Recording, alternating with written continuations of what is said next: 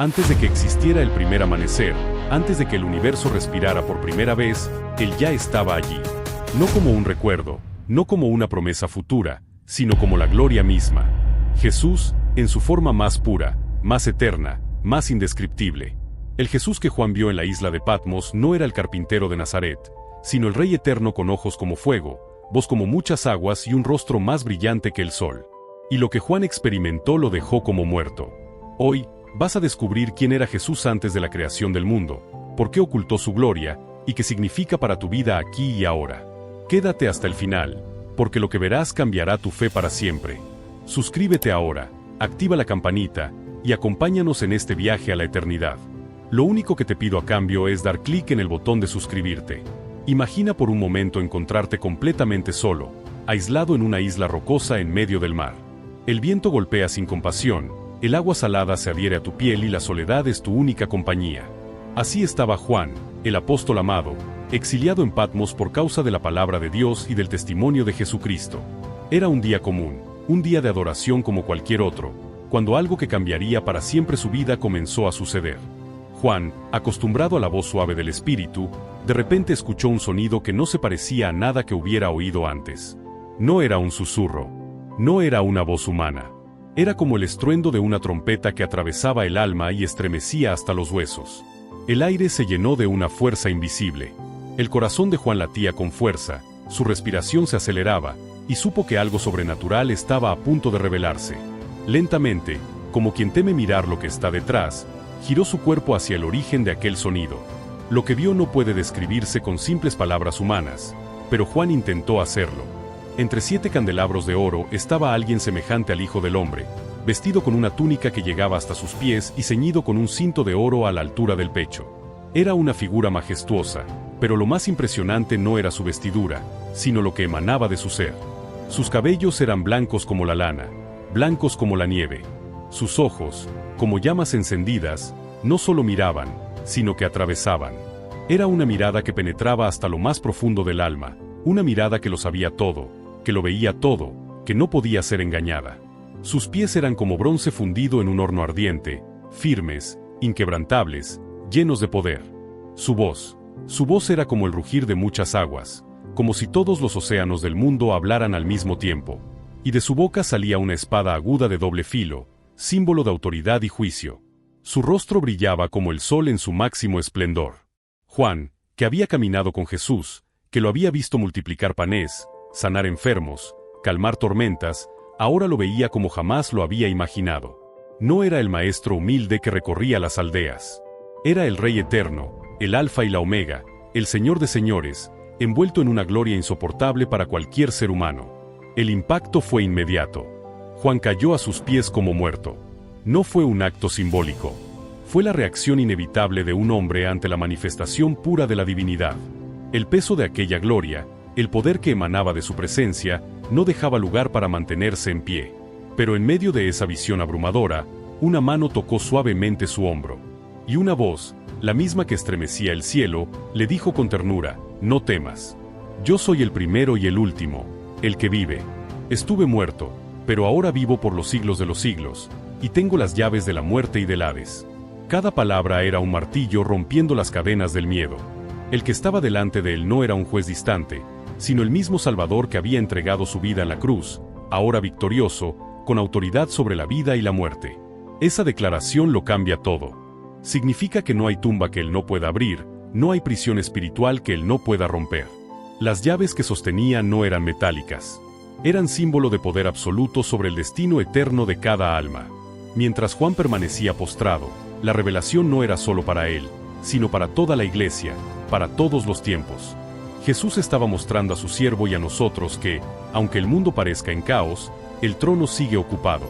Que aunque las olas de la persecución golpeen, el Rey sigue caminando entre los candelabros, entre sus iglesias, cuidando, corrigiendo, sosteniendo.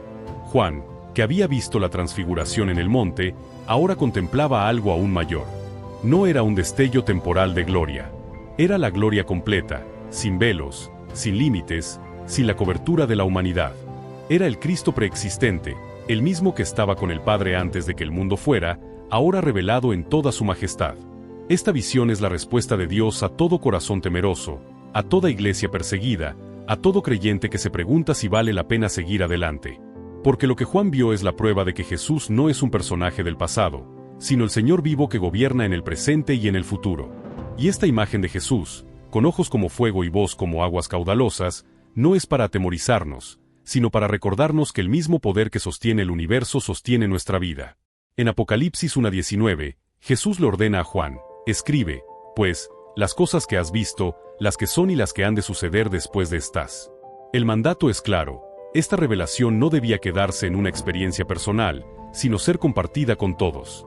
Porque cada detalle de esta visión contiene un mensaje profundo para la iglesia. Los candelabros representan a las iglesias, y el hecho de que Jesús camine entre ellos nos dice que Él no es un observador distante. Está en medio de su pueblo, conoce sus obras, sus luchas, sus caídas y sus victorias. La túnica larga y el cinto de oro nos muestran su papel como sumo sacerdote eterno, intercediendo por nosotros en el cielo. Los cabellos blancos como la nieve hablan de su eternidad, de su pureza perfecta, de su sabiduría infinita. Los ojos como llama de fuego revelan que nada se esconde de su mirada, que su justicia es perfecta y que su discernimiento es absoluto. Los pies como bronce al rojo vivo nos hablan de juicio firme y de victoria sobre el mal. La voz como muchas aguas nos recuerda que su palabra tiene poder para calmar tormentas o para desatar truenos sobre la tierra. La espada que sale de su boca es la palabra viva, cortante, que penetra hasta lo más profundo del corazón. Y su rostro brillante como el sol nos dice que Él es la luz verdadera que disipa toda tiniebla. Todo en esta visión apunta a una sola verdad: Jesús es Dios. No un Dios menor, no un ángel exaltado, sino el eterno, el todopoderoso, el que era, el que es y el que ha de venir. Lo que Juan experimentó en Patmos no fue un sueño ni una metáfora. Fue un encuentro real con la realidad celestial. Y lo más impactante es que este mismo Jesús, glorificado, sigue hoy caminando entre su pueblo, sigue hablando, sigue sosteniendo las llaves de la vida y la muerte. La pregunta es, ¿lo reconocemos así? Porque si lo hacemos, nuestra manera de vivir cambia para siempre. Ya no podemos verlo solo como el hombre de Nazaret, sino como el Rey que reina sobre todo. Y si este es el Rey que tenemos, entonces no hay motivo para temer. Porque si Él tiene las llaves, ningún enemigo podrá cerrarnos las puertas que Él ha decidido abrir. Esta es la primera verdad que Juan recibió, y es la primera que nosotros debemos abrazar: Jesús reina. No como una teoría, sino como una realidad viva y eterna. Y esta visión es solo el comienzo de un viaje que nos llevará a descubrir quién es Él desde antes que existiera el tiempo. ¿Tú qué opinas? Deja tu comentario mientras ves esto. Responderé todos los comentarios. Mucho antes de que los pastores escucharan el anuncio de los ángeles en Belén, mucho antes de que María lo sostuviera en sus brazos, mucho antes de que José lo protegiera de Herodes, Jesús ya existía. No comenzó en un establo. No apareció de la nada en la historia. Él es anterior a la historia misma. Su identidad no está limitada por los 33 años que pasó en la tierra. Su vida no se mide por un nacimiento y una muerte, sino por una eternidad sin principio ni fin. El Evangelio de Juan abre con una afirmación que rompe cualquier idea humana de tiempo. En el principio era el Verbo, y el Verbo estaba con Dios, y el Verbo era Dios. Él estaba en el principio con Dios. Todas las cosas por medio de Él fueron hechas, y sin Él nada de lo que ha sido hecho, fue hecho. Juan 1:1-3. Este texto no solo nos dice que Jesús estaba al lado de Dios antes de que existiera nada, sino que Él mismo es Dios y que todo lo que existe, visible o invisible, material o espiritual, fue creado por Él y para Él. No hay una sola molécula en el universo que no esté bajo su autoridad. Y lo más impresionante es que este Verbo eterno decidió, en un momento de la historia, dejar su trono de gloria y entrar al mundo como un hombre. Pero antes de entender la magnitud de ese descenso, debemos contemplar quién era Él en esa eternidad previa. Jesús no era un ser pasivo esperando ser enviado. Él estaba activo, participando en cada acto creativo del Padre. En el Génesis leemos: en el principio creó Dios los cielos y la tierra. Y el término usado para Dios es Elohim, que en hebreo es un plural que, sin embargo, actúa en singular.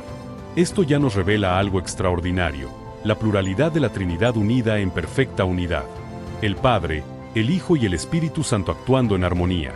Cuando Dios dijo: sea la luz, fue la voz del Hijo la que ejecutó la orden. Cuando se separaron las aguas de las aguas, cuando aparecieron los mares y la tierra seca, cuando se formaron los árboles y los animales, todo fue hecho por medio de Él. Colosenses 1:16 lo afirma sin titubeos, porque en él fueron creadas todas las cosas, las que hay en los cielos y las que hay en la tierra, visibles e invisibles, sean tronos, sean dominios, sean principados, sean potestades, todo fue creado por medio de él y para él. Esta es una declaración absoluta.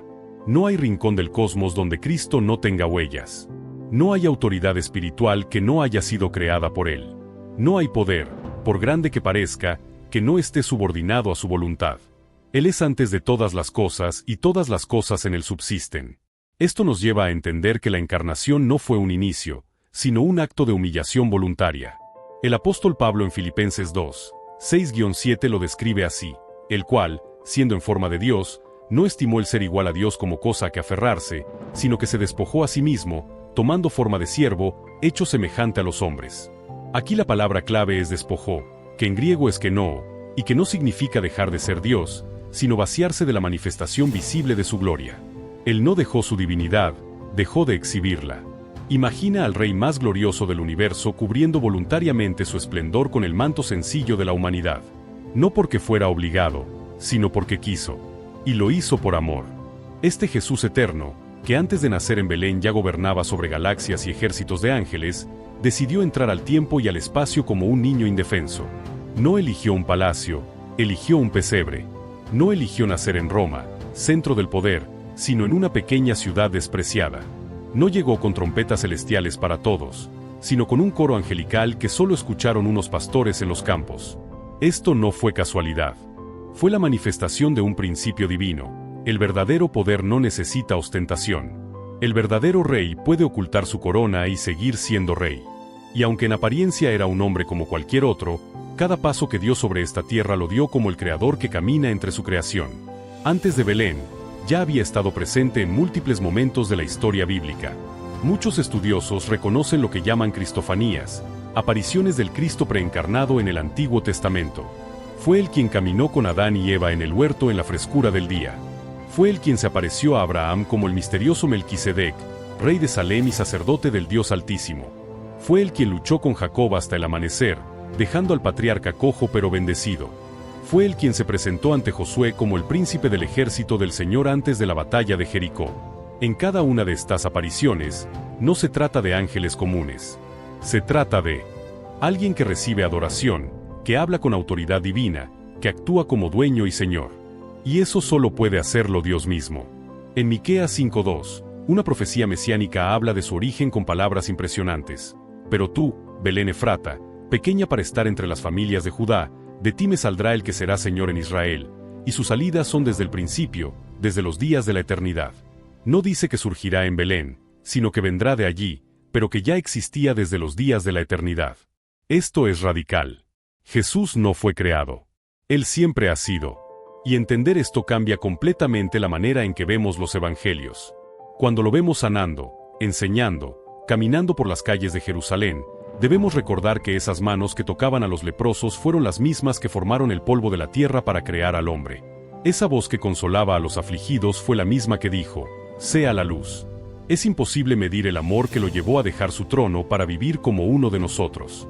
Y más aún, es imposible comprender completamente lo que significó para limitarse a un cuerpo humano, sentir hambre, cansancio, dolor. El creador de los océanos pidiendo agua a una mujer samaritana. El dueño de la eternidad durmiendo en una barca. El Señor de la vida llorando ante la tumba de su amigo Lázaro. Todo esto revela un aspecto de su carácter que asombra, su humildad. Antes de Belén, él estaba rodeado de gloria indescriptible. Ángeles lo adoraban día y noche. En Isaías 6, el profeta describe serafines cubriéndose el rostro ante la santidad de Dios, proclamando, «Santo, santo, santo». Esa es la atmósfera natural de Jesús antes de la encarnación. Y aún así, decidió venir. No porque necesitara algo de nosotros, sino porque nosotros lo necesitábamos todo de él. Lo que Juan vio en Patmos no fue una nueva versión de Jesús, sino la restauración visible de la gloria que él siempre tuvo. El Jesús eterno, el Verbo creador, el Señor de la eternidad, es el mismo que nació en Belén, vivió en Nazaret, murió en Jerusalén y resucitó glorioso. Esta continuidad es la clave para entender toda la Escritura. Desde Génesis hasta Apocalipsis, Jesús está presente. En el principio, como creador. En la historia de Israel, como libertador y guía. En los Evangelios, como Salvador.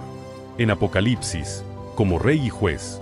Él no es una figura que aparece y desaparece, es el centro de todo. Antes de Belén, ya era el Alfa y la Omega. Ya era el Cordero inmolado desde la fundación del mundo, como dice Apocalipsis 13:8. Esto significa que el plan de salvación no fue una reacción a la caída del hombre, sino un propósito eterno. Jesús no improvisó. Desde antes de crear el mundo, ya había decidido redimirlo. Y cuando entendemos esto, la cruz se vuelve aún más poderosa. Porque el que colgó en ella no fue sorprendido por los acontecimientos. Él mismo había trazado ese camino desde la eternidad. Antes de Belén, Jesús era la plenitud de la gloria de Dios, la imagen visible del Dios invisible, el sustentador del universo. Después de Belén, esa gloria quedó velada para que pudiéramos acercarnos sin ser consumidos. Pero nunca dejó de ser quien es. Y cuando regresó al cielo, retomó plenamente la gloria que le correspondía, como él mismo oró en Juan 17:5. Y ahora, Padre, glorifícame tú al lado tuyo, con aquella gloria que tuve contigo antes que el mundo fuese. Esta es una de las declaraciones más claras y directas de su eternidad. Él no habla de una gloria futura, sino de una que ya poseía y que temporalmente había dejado de mostrar. Jesús antes de Belén es el mismo que Juan vio en Patmos, el mismo que vendrá en gloria para reinar sobre todas las naciones. Y la pregunta que nos queda es, si este es el Jesús que existía antes de todo, ¿qué lugar le estamos dando hoy en nuestras vidas?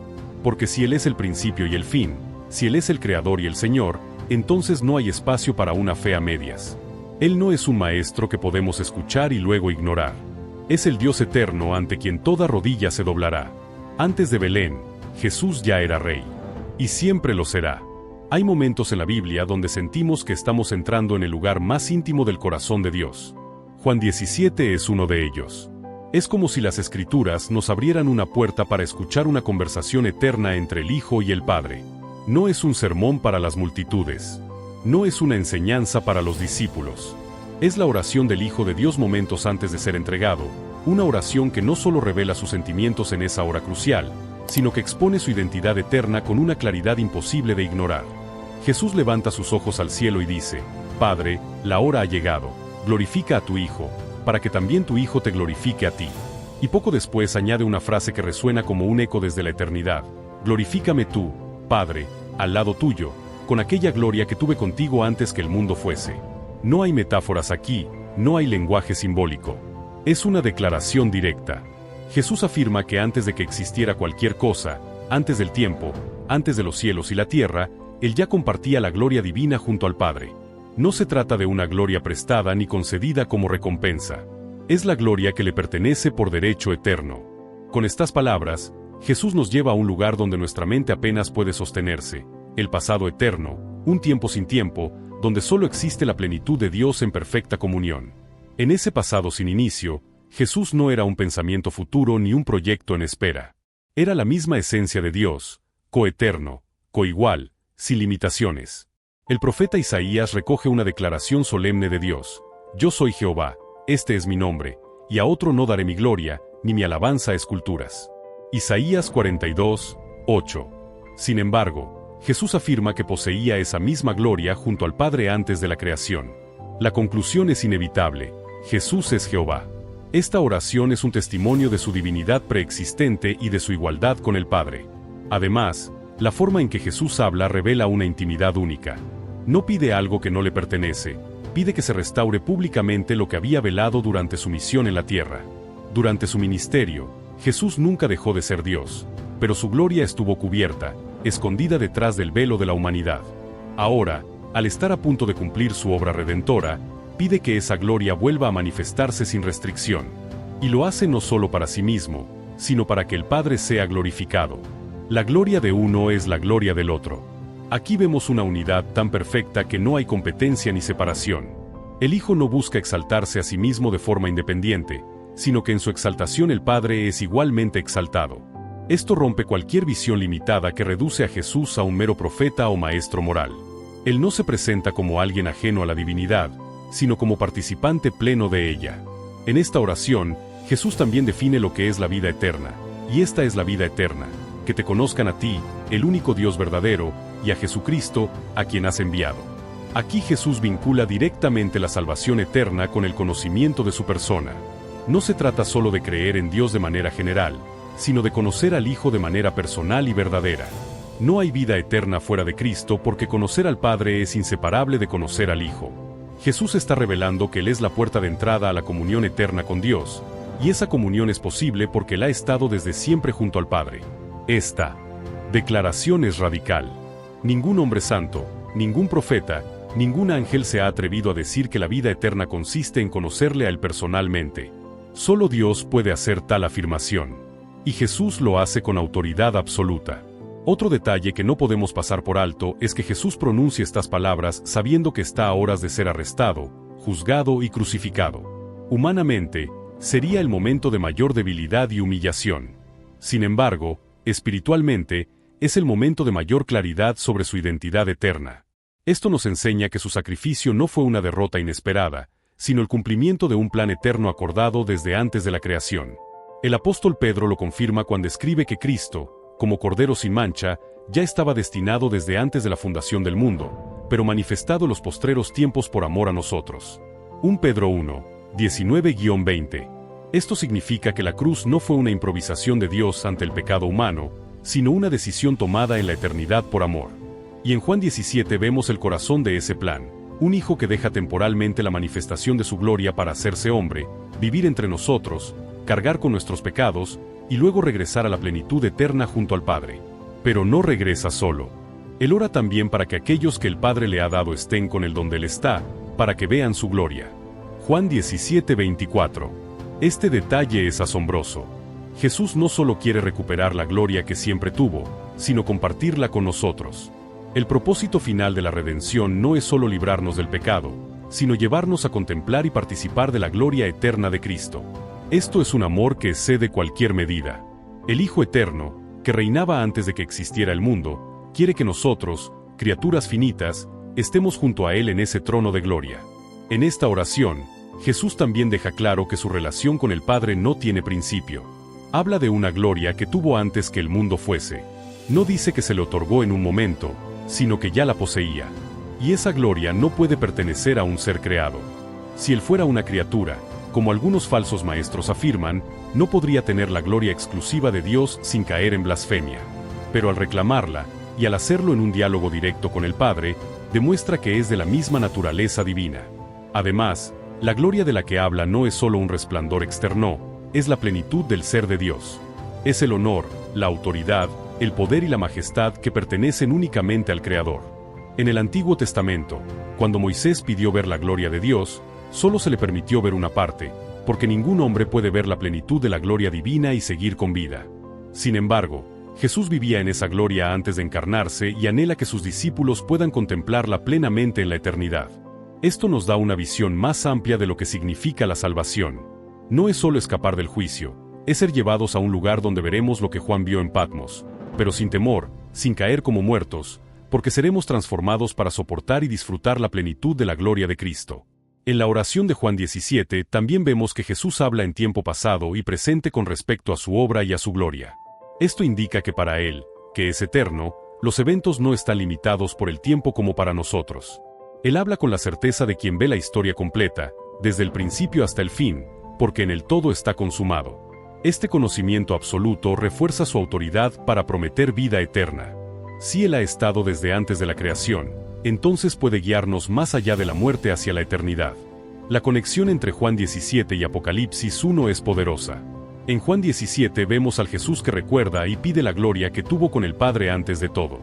En Apocalipsis 1 vemos esa gloria restaurada y manifestada sin velos. Son dos momentos que enmarcan su obra, la humillación voluntaria y la exaltación eterna.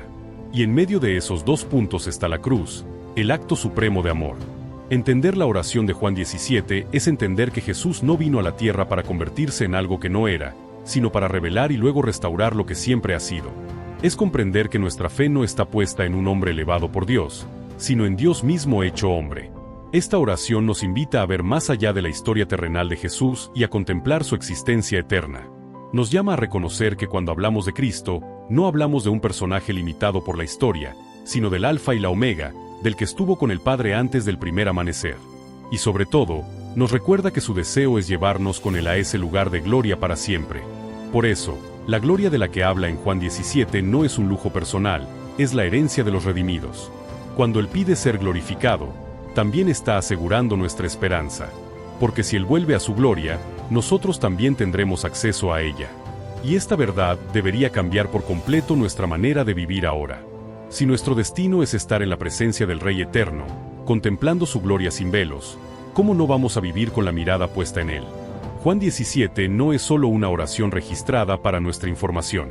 Es una ventana abierta a la eternidad, una invitación directa a participar del amor y la gloria que existían antes de que el mundo fuese.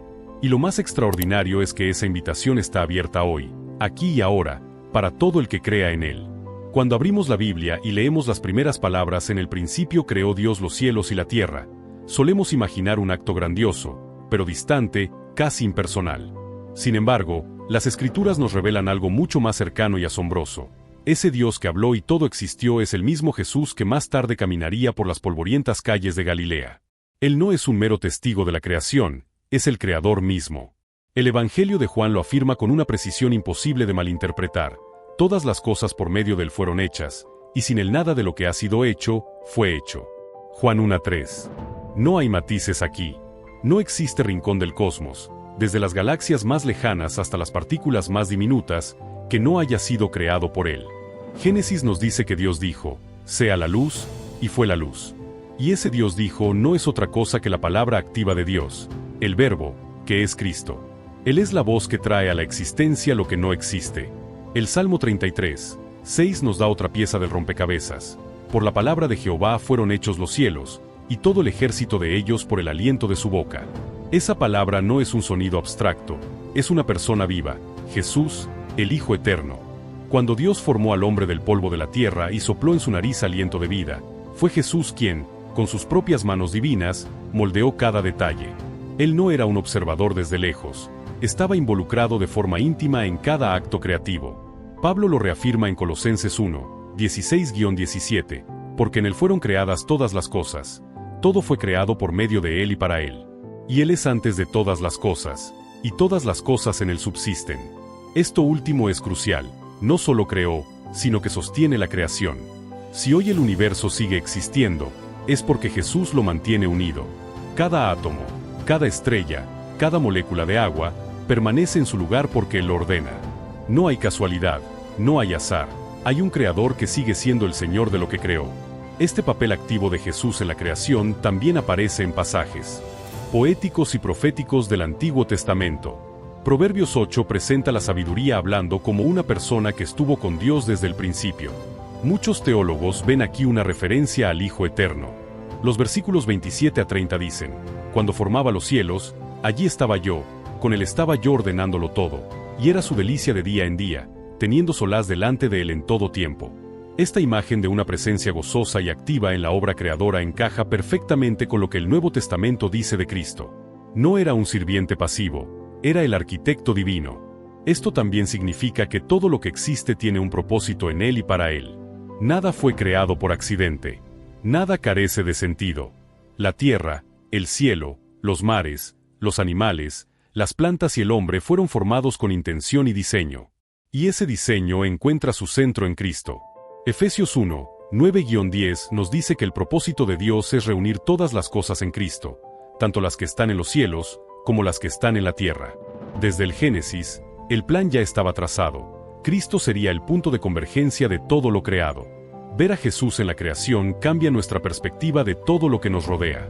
Las montañas, los ríos, el cielo estrellado, no son simples maravillas naturales, son obras de arte de aquel que más tarde se humilló para salvarnos.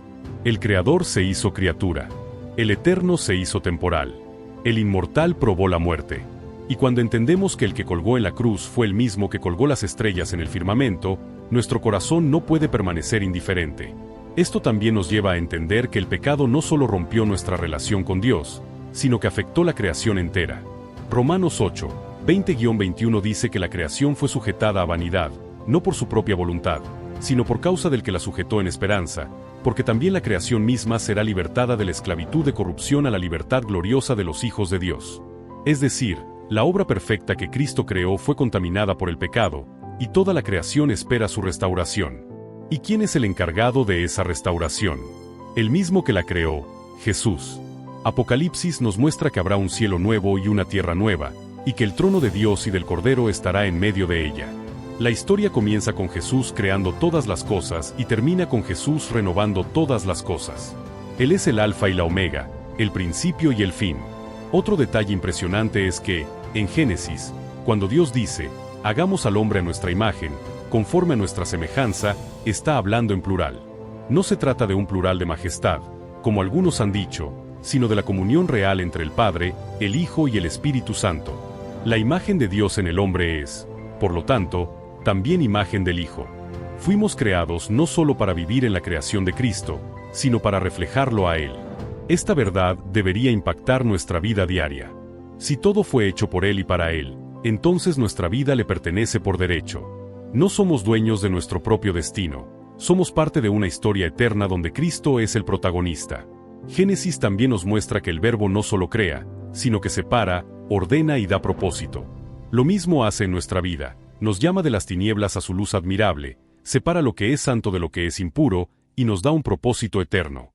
Lo que hizo con el caos primordial lo hace con nuestro caos personal. Así como en el principio la tierra estaba desordenada y vacía, y el Espíritu de Dios se movía sobre las aguas, así también, cuando venimos a Cristo, Él habla sobre nuestro vacío y lo llena con su vida. Ver a Jesús en Génesis es ver la coherencia de toda la Biblia. Él no aparece de repente en Mateo, su presencia es constante desde la primera página. En el Edén, como el que camina con Adán y Eva. En el juicio del diluvio, como el que salva a Noé. En la Torre de Babel, como el que dispersa a las naciones para cumplir su propósito.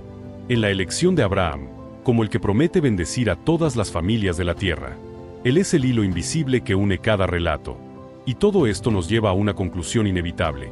Si Jesús es el Creador, entonces no hay parte de nuestra vida que quede fuera de su autoridad. No hay aspecto, por pequeño que parezca, que no deba estar bajo su gobierno. Reconocerlo como Creador es reconocer que le pertenecemos en cuerpo, alma y espíritu. Génesis nos muestra a un Dios que crea por amor, y el Evangelio nos muestra a ese mismo Dios que salva por amor. El poder que formó galaxias es el mismo que abraza al pecador arrepentido. El que con su voz ordenó el universo es el mismo que con ternura dice, venid a mí todos los que estáis trabajados y cargados, y yo os haré descansar. En la creación vemos su fuerza, en la cruz vemos su corazón. Y ambas revelaciones nos conducen a adorarlo sin reservas. La próxima vez que mires el cielo estrellado o contemples un amanecer, recuerda, esto fue hecho por Cristo. Y la próxima vez que pienses en tu vida y en tu futuro, recuerda, también fuiste hecho por Él y para Él. Esta es la revelación que Génesis y el Evangelio unen en una sola verdad eterna. Jesús es y siempre ha sido el Señor de todo. Una de las verdades más fascinantes y a la vez más misteriosas del Evangelio es que Jesús, siendo Dios eterno, decidió ocultar su gloria durante su tiempo en la tierra. Este acto no fue un descuido ni una limitación impuesta por fuerzas externas, fue una decisión consciente y voluntaria. Entender la diferencia entre su gloria velada y su gloria revelada nos abre los ojos a la magnitud de su amor y a la profundidad de su humildad. En su gloria revelada, como la que Juan contempló en Apocalipsis, Jesús se presenta con un rostro que brilla como el sol, con ojos como llama de fuego, con voz como estruendo de muchas aguas, revestido de autoridad absoluta. Esa es la gloria que tuvo con el Padre antes que el mundo fuese. Es la gloria en la que habita desde la eternidad, rodeado de ángeles que le adoran, de serafines que proclaman día y noche, Santo, Santo, Santo es el Señor Dios Todopoderoso. Es la gloria de un rey que no necesita afirmación porque su trono es inamovible. Es la gloria que provoca que toda rodilla se doble y toda lengua confiese que Él es el Señor. Pero cuando vino a la tierra, esa gloria fue velada. No dejó de ser quien era, pero cubrió su majestad con la humanidad. No nació en un palacio, sino en un pesebre. No fue criado entre reyes y filósofos, sino en la casa de un carpintero. No fue rodeado de escoltas celestiales visibles, sino de vecinos comunes y pescadores. Isaías ya lo había profetizado siglos antes. No hay parecer en él, ni hermosura, le veremos, más inatractivo para que le deseemos. Isaías 53, 2. La gloria velada de Jesús fue la estrategia perfecta para acercarse al hombre sin destruirlo con la intensidad de su santidad. En el Antiguo Testamento, cada vez que Dios se manifestaba con su gloria sin filtros, el resultado era temor y postración absoluta. Moisés, después de ver solo una parte de la gloria de Dios, bajó del monte con el rostro resplandeciendo tanto que el pueblo no podía mirarlo directamente. Si eso ocurrió con un reflejo, ¿cuánto más sería con la gloria plena? Jesús sabía que si venía con todo su esplendor visible, nadie podría acercarse a él con confianza. Por eso eligió velar su gloria bajo la apariencia de un hombre común. Esta ocultación no significó ausencia de poder. En múltiples momentos, la gloria de Jesús se filtró como un rayo de luz que atraviesa una cortina. En la transfiguración, Pedro, Santiago y Juan vieron su rostro brillar como el sol y sus vestiduras hacerse blancas como la luz. En sus milagros, como cuando calmó la tormenta o resucitó a Lázaro, la gloria se manifestó de forma controlada, suficiente para revelar quién era, pero sin aplastar a quienes lo veían. Incluso en su enseñanza, sus palabras llevaban una autoridad que no podía venir de un simple hombre. La gloria velada nos habla de su misión redentora. Él no vino para que lo adoraran por su apariencia, sino para salvar por su sacrificio. Vino a buscar y salvar lo que se había perdido, no a deslumbrar multitudes con demostraciones de poder. Eligió la senda de la humildad para identificarse con los débiles, para sentarse con los pecadores, para tocar a los impuros, para llorar con los que lloran. Sin embargo, esta gloria velada no era permanente. Jesús mismo sabía que llegaría el momento en que sería restaurada. Por eso en Juan 17 ora, glorifícame tú, Padre, con aquella gloria que tuve contigo antes que el mundo fuese. Y después de su resurrección, comenzó a revelarse nuevamente en esa gloria, aunque todavía de forma selectiva. A los discípulos en el camino a Emaús se les presentó como un viajero común, pero al partir el pan se les abrieron los ojos. A Tomás le mostró sus manos y su costado, no para humillarlo, sino para fortalecer su fe. Fue un proceso progresivo de transición de gloria velada a gloria revelada. La diferencia fundamental entre ambas manifestaciones radica en el propósito. La gloria velada tenía el objetivo de permitir el acceso del hombre a Dios. La gloria revelada tiene el objetivo de manifestar la soberanía de Dios sobre todo. Cuando Juan vio a Jesús glorificado en Patmos, no era para iniciar un ministerio terrenal, era para revelar la consumación de la historia y el juicio final. En la gloria velada, Jesús soportó insultos, golpes y escupitajos. En la gloria revelada, Jesús pronuncia juicios, abre sellos y gobierna naciones. En la gloria velada, lavó pies. En la gloria revelada, reina sobre reyes. Pero hay algo que une ambas. En las dos, su amor es el motor. Veló su gloria por amor, y la revela por amor. El amor que lo llevó a ocultar su majestad para salvarnos es el mismo que lo llevará a mostrarse en todo su esplendor para completar nuestra redención. Entender esto nos ayuda a apreciar más profundamente cada aspecto de su ministerio. Cuando lo vemos en los evangelios, sanando enfermos y hablando con humildad, debemos recordar que ese es el creador del universo disfrazado de siervo. Cuando lo vemos en Apocalipsis, con ojos como fuego y voz como muchas aguas, debemos recordar que ese es el mismo que se dejó clavar en una cruz por nosotros. La gloria velada es la humildad de Dios. La gloria revelada es la exaltación de Dios. Ambas son verdaderas, ambas son eternas, y ambas nos muestran diferentes facetas del mismo Señor. Hoy vivimos en un tiempo en que su gloria sigue velada a los ojos del mundo, pero para quienes creen, el Espíritu Santo nos da destellos de ella.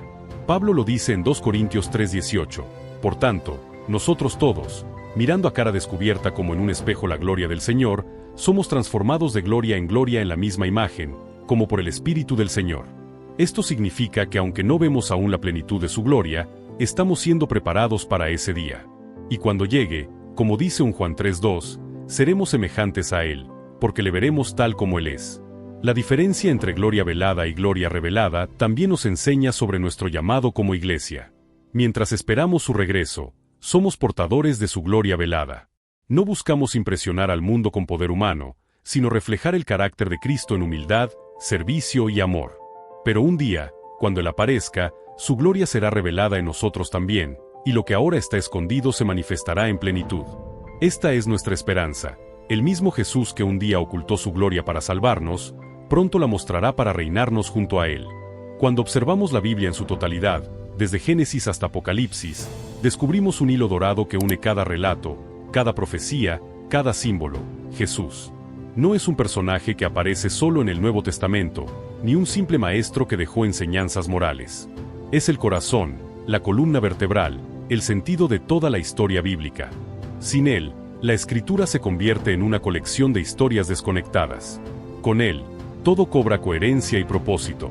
Desde el primer versículo de la Biblia, Jesús está presente como el Verbo creador. En el Antiguo Testamento, lo encontramos en cada sombra, en cada figura, en cada promesa.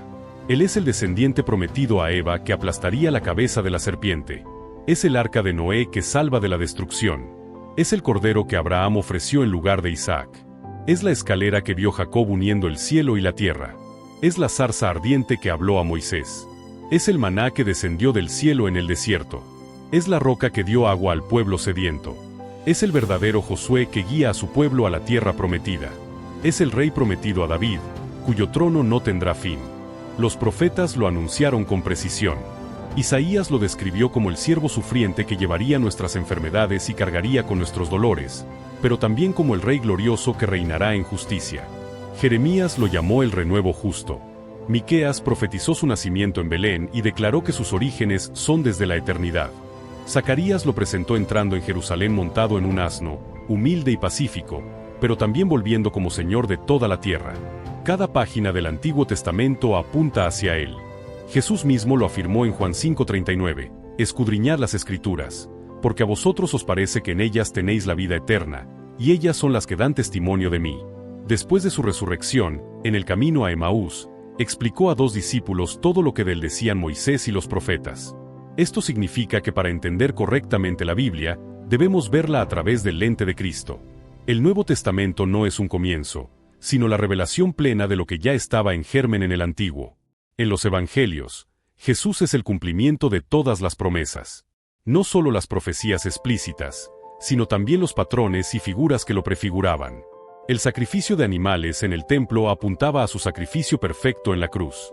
El sacerdocio levítico apuntaba a su papel como sumo sacerdote eterno. Las fiestas judías eran ensayos proféticos de su obra redentora. La Pascua anunciaba su muerte como cordero, Pentecostés su derramamiento del Espíritu, y la fiesta de los tabernáculos su morada eterna con nosotros. En los Hechos y las cartas apostólicas, Jesús sigue siendo el centro. La predicación de Pedro en Pentecostés se enfocó en declarar que Jesús es el Señor y el Cristo, exaltado a la diestra de Dios. Pablo lo llama la imagen del Dios invisible, el primogénito de toda creación, en quien habita corporalmente toda la plenitud de la deidad. El autor de Hebreos lo presenta como superior a los ángeles, a Moisés, al sacerdocio levítico, porque él es el mediador de un nuevo pacto. En Apocalipsis, Jesús es el Cordero inmolado que abre los sellos, el Rey que juzga y el esposo que viene por su esposa. Toda la Biblia converge en él. Esto tiene implicaciones profundas para nuestra vida y fe. Primero, significa que no podemos separar el mensaje de la salvación de la persona de Jesús. No se trata solo de aceptar una doctrina o seguir una moral. Se trata de conocerle a él. Toda la ley y los profetas dependen de él. Segundo, significa que la historia humana no es un conjunto de eventos al azar, sino una narrativa dirigida hacia un propósito final, la glorificación de Cristo. Desde la caída en el Edén, todo se ha encaminado hacia la restauración que él trae. Cada victoria, cada derrota, cada juicio, cada liberación en la Biblia es un anticipo de su obra definitiva. Tercero, significa que nuestra lectura de la Biblia debe ser cristocéntrica. Cuando leemos sobre la creación, recordamos que fue hecha por Él y para Él. Cuando leemos sobre el Éxodo, recordamos que Él es el libertador final. Cuando leemos los Salmos, vemos en ellos las oraciones, alabanzas y profecías que se cumplen en su vida. Cuando leemos a los profetas, entendemos que sus visiones y advertencias encuentran su punto culminante en la persona y obra de Jesús. Cuarto, significa que la adoración no es una actividad opcional, sino la respuesta lógica ante la centralidad de Cristo. Si toda la historia gira en torno a Él, nuestra vida también debe hacerlo. Esto nos lleva a entender que la salvación no es el final, sino el inicio de una vida centrada en Jesús. Así como Él es el eje de la Escritura, debe ser el eje de nuestra existencia. Esto nos desafía a preguntarnos, ¿está Jesús en el centro de mis decisiones, mis pensamientos, mis planes, mis afectos? Porque si en la Biblia todo se conecta con Él, nuestra vida también debe conectarse con Él. La centralidad de Jesús en la historia bíblica también nos da confianza en el futuro. Si Él ha cumplido todo lo que se profetizó sobre su primera venida, cumplirá también lo que se ha dicho de su segunda. Vendrá no como siervo sufriente, sino como Rey vencedor. Y así como toda la Escritura lo esperaba, nosotros lo esperamos. Y esta esperanza no es pasiva. Nos impulsa a vivir en santidad, a predicar el Evangelio, a perseverar en la fe. Finalmente, entender a Jesús como el centro de la historia bíblica nos da una nueva perspectiva de la eternidad. El cielo no es un lugar centrado en nosotros, es un lugar centrado en Él. Apocalipsis describe la adoración eterna alrededor del trono del Cordero. Todo gira en torno a su gloria. Y si esa es la realidad eterna, entonces nuestra vida ahora debe ser un ensayo de esa adoración. Desde el principio hasta el fin, la Biblia cuenta una sola historia: Dios en Cristo reconciliando al mundo consigo mismo. Y nosotros, redimidos por su sangre, somos parte de esa historia que jamás terminará. Hemos recorrido un viaje que nos llevó desde la eternidad pasada hasta la gloria futura. Hemos visto a Jesús antes de Belén, participando en la creación, compartiendo la gloria del Padre antes que existiera el mundo. Lo hemos visto velar su majestad por amor, para acercarse a nosotros sin destruirnos con la intensidad de su santidad. Lo hemos contemplado en Patmos, revelando toda su gloria a Juan, con ojos como llama de fuego y voz como muchas aguas, recordándonos que Él reina sobre la vida, la muerte y la eternidad. Y ahora, después de haber escuchado y visto con los ojos del corazón quién es realmente Jesús, queda una pregunta inevitable: ¿qué haremos con esta revelación? Porque saber quién es Él no es suficiente, debemos responder a esa verdad. La Biblia es clara: toda rodilla se doblará y toda lengua confesará que Jesucristo es el Señor. La diferencia será si lo hacemos voluntariamente en adoración o forzados en el juicio. Hoy, mientras todavía hay tiempo, su voz nos llama no con el estruendo del trueno, sino con la ternura del pastor que busca a sus ovejas. El mismo que sostiene las estrellas en su mano derecha extiende esa mano para levantarte, para librarte del miedo, para darte vida eterna. Él no es solo el Dios de la historia, es el Dios de tu historia. Conoce tus caídas, tus lágrimas, tus luchas ocultas. Sabe lo que te roba la paz y lo que te quita el sueño. Y aún así, te llama por tu nombre. El Jesús glorificado que Juan vio no es un rey distante que gobierna desde un trono frío. Es el rey que se inclinó a lavar pies, el que permitió que clavos atravesaran sus manos para que tú no fueras condenado. Esa gloria que ahora resplandece en el cielo es la misma que brillará sobre ti si le entregas tu vida. Su gloria no es solo para ser contemplada, es para transformarte. Pablo lo dijo: al mirar la gloria del Señor, somos transformados de gloria en la misma imagen. Esto significa que la visión de Jesús no es solo un espectáculo celestial, es una invitación a cambiar, a dejar atrás la vida sin propósito y abrazar la vida abundante que Él ofrece. Pero esta decisión no puede postergarse indefinidamente. El libro de Hebreos nos advierte: si oís hoy su voz, no endurezcáis vuestro corazón. Porque llegará el día en que el cielo se abrirá y el Hijo del Hombre vendrá con poder y gran gloria, y entonces ya no habrá oportunidad para decidir. Hoy, el Jesús glorificado está caminando entre los candelabros, entre sus iglesias, observando, corrigiendo, animando. Hoy todavía extiende la invitación: venid a mí, todos los que estáis trabajados y cargados, y yo os haré descansar. Y ese descanso no es solo un alivio temporal, es una paz eterna que nadie te podrá quitar.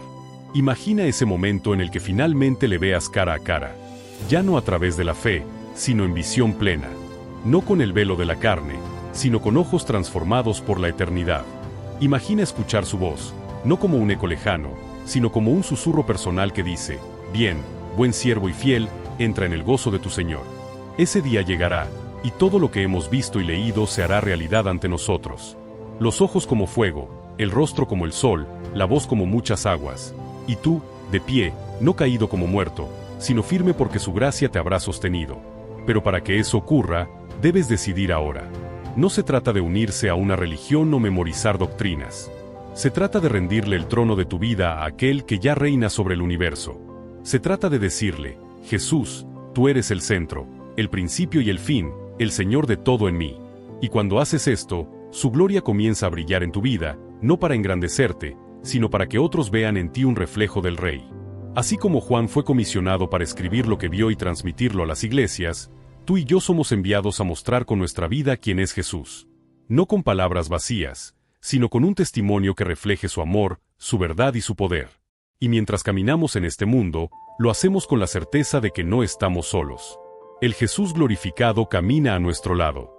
Sus ojos como fuego nos ven, su voz como aguas nos guía, su mano poderosa nos sostiene. Esto nos da valor para enfrentar cualquier prueba, porque el que venció la muerte vive en nosotros. Hoy, este mensaje no es solo una historia para admirar, es un llamado urgente para actuar. El tiempo se acorta, la eternidad está a las puertas, y el Rey viene pronto. Él dijo: he aquí, yo vengo pronto, y mi galardón conmigo, para recompensar a cada uno según sea su obra. Bienaventurados los que lavan sus ropas, para tener derecho al árbol de la vida y para entrar por las puertas en la ciudad. No permitas que este llamado pase de largo. Hoy es el día de salvación. Si sientes que este mensaje ha tocado tu corazón, respóndele ahora mismo. Dile con tus propias palabras: Jesús, creo que eres el Hijo eterno de Dios, que moriste y resucitaste por mí. Te entrego mi vida, sé mi Señor y Salvador, y guíame hasta el día en que te vea cara a cara. Y si ya le conoces, renueva tu compromiso. Vive como alguien que ha visto la gloria del Rey, como alguien que sabe que su vida tiene un propósito eterno. Porque la visión de Jesús glorificado no es para guardarla, es para compartirla. Al final, todo se trata de Él. Toda la historia, toda la Biblia, toda la eternidad, todo tu ser, todo se trata de Jesús. Él es el Alfa y la Omega, el principio y el fin, el que era, el que es y el que ha de venir, el Todopoderoso. Y cuando esa verdad gobierna tu vida, no hay temor que pueda dominarte, no hay pecado que pueda esclavizarte, no hay prueba que pueda destruirte. Porque el mismo que sostiene el universo sostiene tu corazón. Así cerramos este recorrido, no como un final, sino como una invitación abierta. La invitación del Rey de Gloria que dice: He aquí, yo estoy a la puerta y llamo. Si alguno oye mi voz y abre la puerta, entraré a él, y cenaré con él, y él conmigo. El que venciere, le daré que se siente conmigo en mi trono, así como yo he vencido y me he sentado con mi Padre en su trono. Que esta visión de Jesús antes de la creación y en su gloria eterna no sea solo un conocimiento más en tu mente, sino una llama encendida en tu espíritu que transforme cómo vives y hacia dónde caminas. Porque un día, y ese día está más cerca de lo que creemos, veremos lo que Juan vio. Y cuando eso suceda, todo lo que hayamos entregado por amor a Él habrá valido la pena. Hasta entonces, vivamos con los ojos puestos en Jesús, el autor y consumador de nuestra fe, sabiendo que aquel que comenzó la buena obra en nosotros la perfeccionará hasta el día de Cristo Jesús. La Biblia no deja lugar a dudas. El mismo Jesús que ascendió al cielo, un día volverá. No como el siervo sufriente de Isaías 53, no como el hombre de dolores, sino como el Rey de Reyes y Señor de Señores descrito en Apocalipsis 19. Esta imagen es tan impactante que no podemos leerla sin sentir que algo en nuestro espíritu se estremece. Juan lo vio. El cielo se abrió y apareció un caballo blanco. El que lo montaba se llamaba Fiel y Verdadero, y con justicia juzga y pelea. Sus ojos eran como llama de fuego, y en su cabeza había muchas diademas. Llevaba un nombre escrito que ninguno conocía sino él mismo. Estaba vestido de una ropa teñida en sangre, y su nombre es el Verbo de Dios. Y los ejércitos celestiales le seguían en caballos blancos, vestidos de lino finísimo, blanco y limpio. De su boca salía una espada aguda para herir con ella a las naciones, y él las regirá con vara de hierro. Él pisa el lagar del vino del furor y de la ira del Dios Todopoderoso. Y en su vestidura y en su muslo tiene escrito este nombre: Rey de Reyes y Señor de Señores. Esta es la descripción del mismo Jesús que nació en un pesebre. El contraste es tan radical que es imposible no quedar sobrecogido. El que antes soportó el escarnio y el látigo, ahora viene con autoridad absoluta para poner fin a la rebelión de las naciones. No viene a negociar, viene a reinar. Y en este retorno glorioso, se cerrará el capítulo del pecado, la injusticia y la muerte.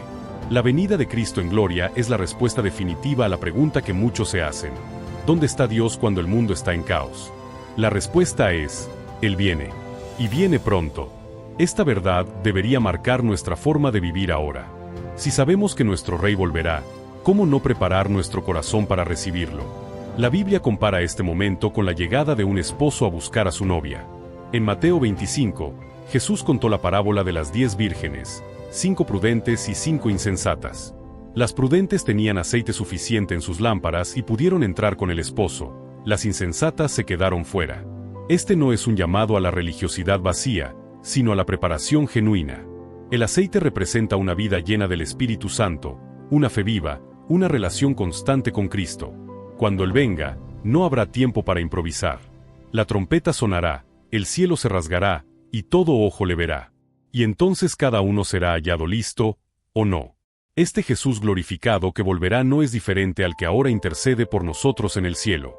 Es el mismo, pero en la plenitud de su autoridad pública. En su primera venida, su gloria estuvo velada. En la segunda, su gloria llenará toda la tierra como las aguas cubren el mar. Y cuando eso ocurra, no habrá duda, no habrá debate, no habrá más burladores diciendo: ¿dónde está la promesa de su venida? Él vendrá en el momento exacto que el Padre ha establecido. Este regreso es tan seguro como su primera venida. Y así como todo se cumplió al pie de la letra en Belén, así se cumplirá en el valle de Armagedón. El propósito de esta revelación no es solo informarnos, sino transformarnos. Saber que Jesús regresará en gloria nos impulsa a vivir en santidad, a predicar el Evangelio con urgencia y a perseverar en la fe. También nos da esperanza en medio de la oscuridad. Porque aunque las naciones se levanten, aunque la maldad aumente, aunque la persecución se intensifique, sabemos que el final de la historia no está en manos de los hombres, sino en las manos del Rey que viene. Y cuando Él venga, toda rodilla se doblará y toda lengua confesará que Él es el Señor, para gloria de Dios Padre. Ese día, el Jesús que Juan vio en Patmos se manifestará ante toda la humanidad. Los que le amaron se llenarán de gozo indescriptible, los que le rechazaron sentirán un temor imposible de apagar. Y cada uno reconocerá que Él es quien dijo ser desde antes de la creación. Por eso, hoy es el tiempo de decidir de qué lado estaremos cuando el cielo se abra. Porque su regreso no es un mito, es la certeza que sostiene nuestra esperanza. Él lo prometió, he aquí, yo vengo pronto. Después del regreso glorioso de Jesús, Apocalipsis nos lleva a una de las escenas más solemnes y sobrecogedoras de toda la Escritura, el gran trono blanco. Juan escribe en Apocalipsis 20, 11-12, y vi un gran trono blanco y al que estaba sentado en él, de delante del cual huyeron la tierra y el cielo, y ningún lugar se encontró para ellos. Y vi a los muertos, grandes y pequeños, de pie delante de Dios, y los libros fueron abiertos, y otro libro fue abierto, el cual es el libro de la vida, y fueron juzgados los muertos por las cosas que estaban escritas en los libros, según sus obras. Este no es un juicio simbólico ni parcial, es el momento en que todo ser humano que haya vivido, desde el primero hasta el último, comparecerá ante el Creador. El trono blanco representa pureza absoluta, justicia perfecta, santidad sin sombra.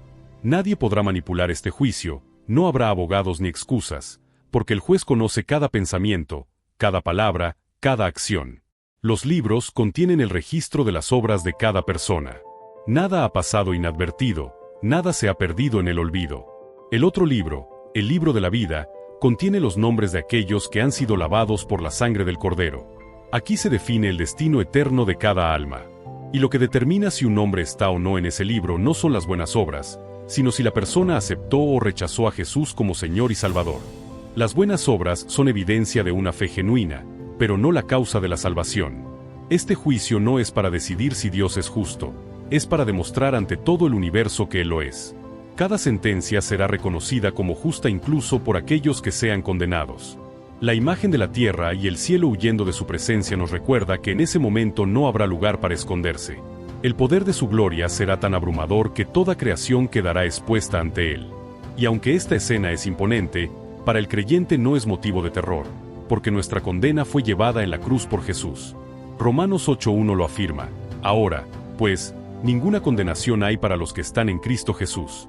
Esto significa que, aunque estaremos presentes en ese juicio como testigos de la justicia divina, no seremos condenados, porque nuestro nombre ya está escrito en el libro de la vida. Para los que no aceptaron a Cristo, este será el momento más terrible de su existencia. El pasaje concluye diciendo, y el que no se halló inscrito en el libro de la vida fue lanzado al lago de fuego.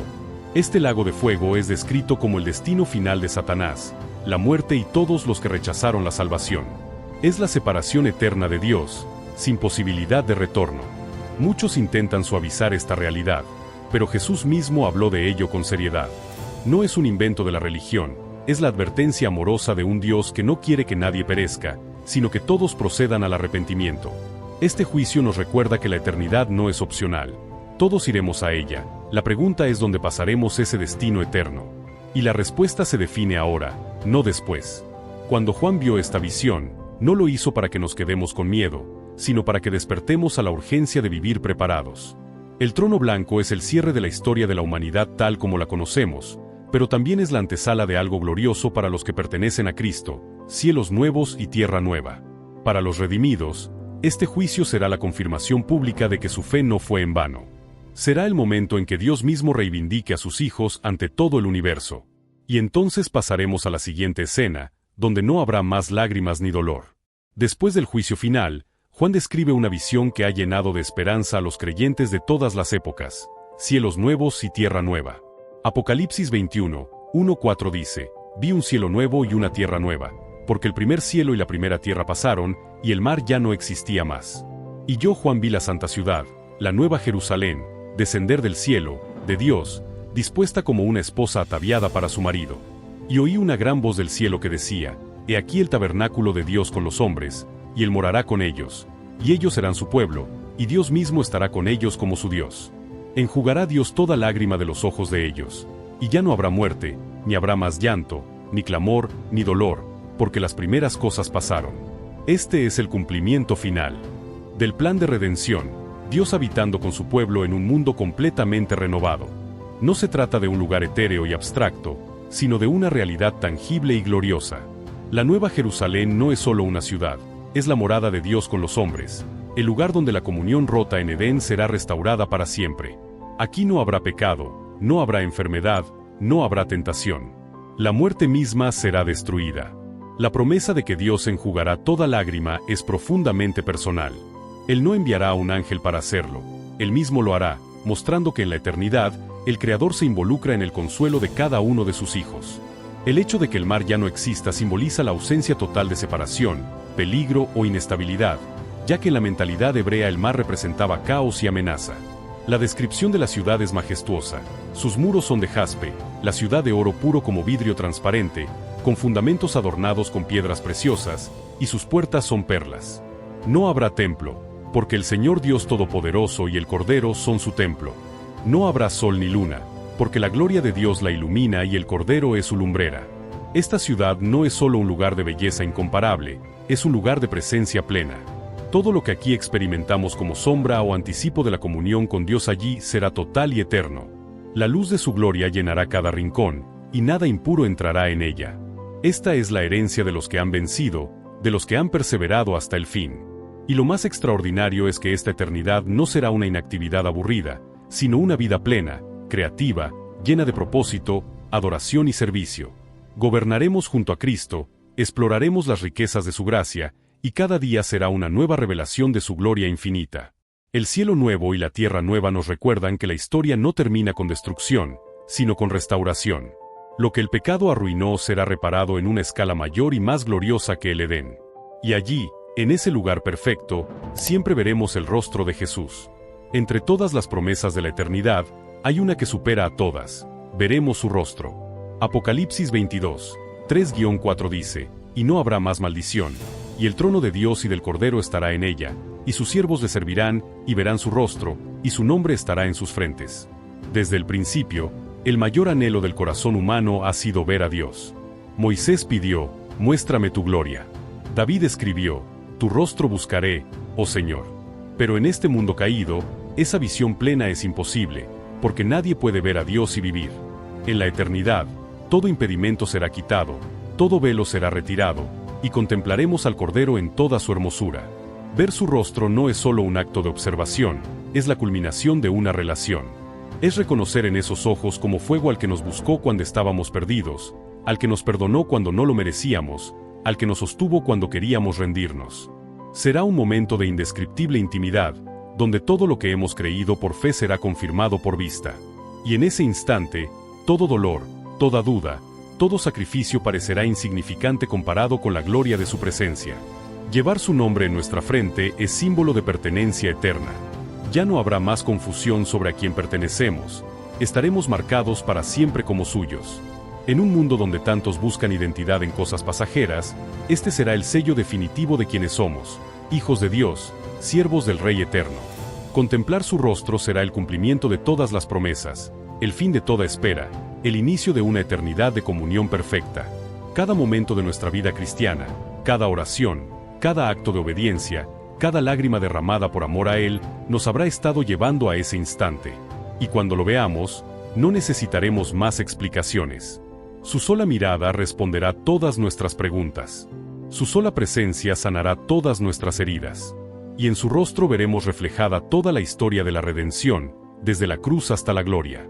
Toda esta revelación nos lleva a un solo punto: la vida aquí es corta, pero la eternidad es infinita. El Jesús que existía antes de la creación, que veló su gloria para salvarnos, que se reveló a Juan en majestad, que volverá en poder, que juzgará con justicia y que reinará para siempre, hoy nos llama a vivir con la mirada puesta en lo eterno. Vivir para la eternidad significa tomar decisiones ahora que tengan valor allá. Significa invertir en lo que no perece, en la comunión con Dios, en la proclamación del Evangelio, en el amor al prójimo, en la santidad personal. Significa no dejarse seducir por un mundo que pasa y que pronto será renovado. Significa recordar que cada acto de obediencia tiene recompensa, que cada sacrificio hecho por Cristo será honrado, que cada lágrima derramada por su causa será recogida. El llamado final de este mensaje es claro: no vivas como si Jesús fuera un personaje del pasado o un rey lejano. Vive como alguien que sabe que Él reina ahora y que pronto vendrá. Vive listo, con tu lámpara encendida y tu corazón firme. Vive proclamando con tus palabras y tus acciones que Jesús es el Señor. Porque cuando suene la trompeta y los cielos se abran, no habrá tiempo para preparativos de último momento. Ese día, todo lo que hemos creído y esperado se hará realidad, y el Rey de Gloria nos recibirá en su reino eterno. Y entonces, como dice Apocalipsis 22:20, podremos responder con gozo: Amén, sí, ven, Señor Jesús. En las visiones del Apocalipsis, Juan escucha una voz que proclama: Bienaventurados los que son llamados a la cena de las bodas del Cordero. Apocalipsis 19:9. Esta imagen, profundamente cargada de significado, nos muestra una celebración eterna entre Cristo y su iglesia. No es solo una comida, es la consumación de un pacto que comenzó antes de la fundación del mundo. En la cultura judía, las bodas eran eventos que duraban días enteros, y el banquete era la parte culminante. Así, este banquete eterno representa la alegría plena, la comunión restaurada y el vínculo inseparable entre el Salvador y los redimidos. Aquí, el Cordero, Jesús, no se presenta como el siervo sufriente, sino como el esposo glorioso. Las lágrimas, el dolor y el pecado habrán quedado atrás, y lo que queda es una eternidad de gozo. Participar de este banquete significa ser aceptado en la presencia del Rey no como invitado distante, sino como parte de su familia.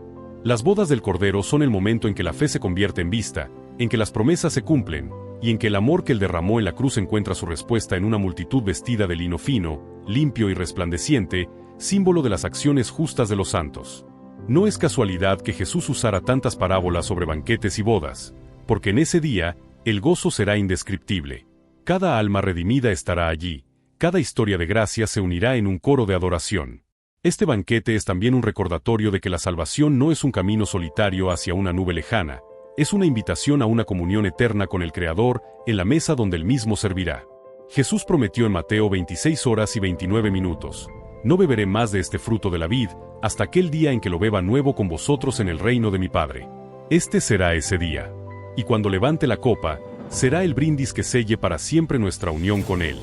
Una de las escenas más esperadas en toda la narrativa bíblica es la derrota final de Satanás.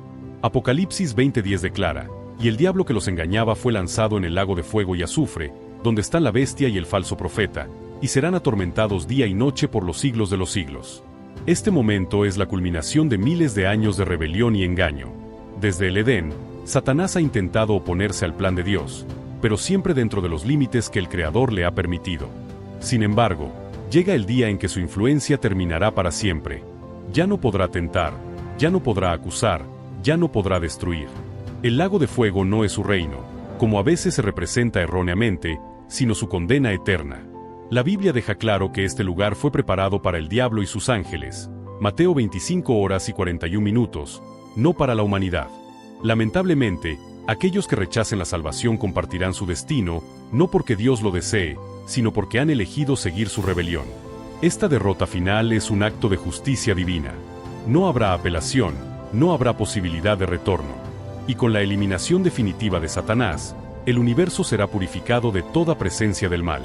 Esta victoria también es un recordatorio para nosotros hoy. Satanás es poderoso, pero no es eterno. Su final está escrito. Y mientras él intenta sembrar miedo y confusión, los creyentes podemos vivir con la certeza de que nuestro Señor es el vencedor. Cada batalla espiritual que enfrentamos tiene un desenlace asegurado, porque aquel que está en nosotros es mayor que el que está en el mundo. 1 Juan 4:4. La derrota de Satanás no es solo un evento futuro, es una verdad que ya impacta nuestra vida presente, dándonos valor para resistir y esperanza para perseverar. Cuando hablamos de la eternidad, nuestras mentes limitadas intentan comprender algo que no tiene principio ni fin, y siempre nos quedamos cortos. Pero la Biblia nos da destellos de lo que significa vivir para siempre en la presencia de Dios. Apocalipsis 22:5 nos dice: No habrá allí más noche, y no tiene necesidad de luz de lámpara, ni de luz del sol, porque Dios el Señor los iluminará, y reinarán por los siglos de los siglos. Aquí, La eternidad no es un tiempo infinito de monotonía, sino un estado pleno de existencia donde cada instante es perfecto. Viviremos en un mundo sin deterioro, sin pecado, sin separación de nuestro Creador. El hecho de que no haya noche simboliza la ausencia total de peligro, de oscuridad espiritual, de incertidumbre. La luz de Dios no solo ilumina, sino que llena, sana, transforma. Reinar por los siglos de los siglos significa que participaremos activamente en el gobierno del universo renovado, cumpliendo roles que ni siquiera podemos imaginar ahora. Algunos preguntan, ¿no nos aburriremos? La respuesta es un rotundo no. La eternidad con Dios será un descubrimiento constante de su gloria, un aprendizaje sin límites, una aventura sin peligro, una comunión sin interrupción. Aquí, cada día será mejor que el anterior, no porque el tiempo pase, sino porque la revelación de quién es Él será inagotable. En esta eternidad, nuestras relaciones serán perfectas, sin malentendidos ni heridas. Nuestra adoración será pura, sin distracciones ni dudas. Nuestro gozo será completo, sin temor a que termine. Este misterio no está diseñado para que lo resolvamos, sino para que lo anhelemos. Porque cuando estemos allí, todas las palabras, todas las ilustraciones y todas las visiones quedarán cortas ante la realidad. Y entonces entenderemos que fuimos creados para esto, para vivir en la presencia del Eterno, sin final. Haz clic en el video que aparece en pantalla para aprender más. No olvides suscribirte al canal. Nos vemos en la próxima.